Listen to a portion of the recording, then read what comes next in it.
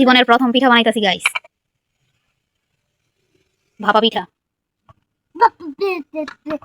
100-তে 200।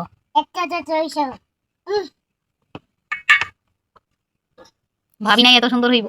আসসালামু আলাইকুম সবাইকে। তো প্রথমে আমি কলসিটা নিয়ে নিলাম আর এই ডিব্বার মোটখাটা নিয়ে নিলাম, মানে আমার হাতের কাছে যেগুলো পাচ্ছি ওইগুলোই নিয়ে নিচ্ছি। আমার চালের গুঁড়াগুলো ভিজা ছিল, আবার রোদে নেই, এই কারণে ফ্রিজে সংরক্ষণ করে রেখেছি। চালের গুঁড়ো আর একটু নারকেল নিয়ে নিলাম। আমার পিঠার চাউলগুলো আমি ধুয়ে তারপর ভাঙাইতে দিছি, এ কারণে আমি নর্মাল পানি দিয়ে এড করব। আর যদি শুকনো চালের গুঁড়ি হয় তাহলে একটু হালকা কুসুম গরম পানি দিয়ে এড করব। কোনো কাজ করে শান্তি নেই, কাজের মধ্যে আমার ছেলে ডান হাতি দিয়েছে। লবণটা আমি দিয়েছি পানির মধ্যেই, পানির মধ্যে দিলে একটু ভালোভাবে অ্যাড হবে। মোট করার সাথে সাথেই দলা হয়ে গেছে, আবার হাত দিয়ে ভেঙে ফেলার পর ঝরঝরিয়ে পড়ে যাচ্ছে। এর মানে হচ্ছে আমার পিঠার ডোটা ভালোভাবে পারফেক্ট। আমার প্রথম ভুলটা হচ্ছে এটা দিয়ে আমি চালতে গেছি, তোমরা এগুলো দিয়ে চালতে যেও না। তারপর এই ঢাকনাটা পেলাম, এই ঢাকনা দিয়ে এরপর অনেক সুন্দরভাবেই হচ্ছিল। আমি জীবনের প্রথম পিঠা বানাচ্ছি, কতবার যে বিসমিল্লাহ কইছি হিসাব নাই। এখানে আমি মিঠাই কেটে নিছি আর এই পাশে নারকেল। যে কলসিটা প্রথমে নিয়েছিলাম ওইটা ছোট, তারপর এটা নেই, এটাতে ঠিক মতো হবে ইনশাল্লাহ।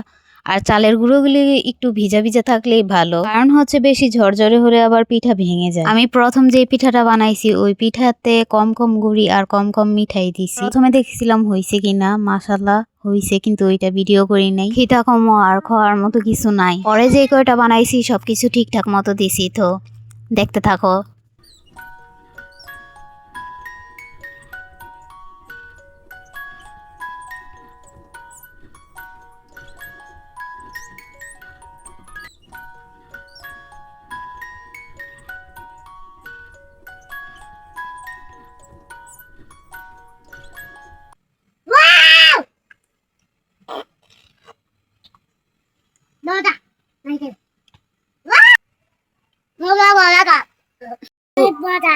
অনেক মজা হয়েছে।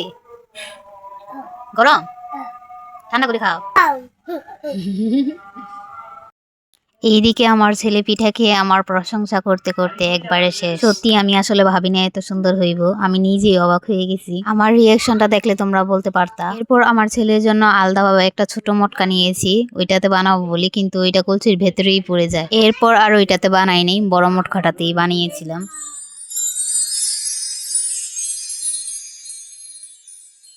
লং ভিডিও বানাইতে গেলে আসলে অনেক সমস্যার সম্মুখীন হতে হয়, যেমন ধরো কথা কাজের বাইরে আর কি, কথা কি বলবো সেটাই খুঁজে পাই না। এজন্য লং ভিডিও বানাতে ভালো লাগে না, বোরিং লাগে। দেখো কত সুন্দর, মাশাল্লাহ। আজকে এই পর্যন্তই। আল্লাহ হাফেজ সবাইকে, ভালো থেকো সবাই। অনেক ঠান্ডা, কেউ বের হইও না।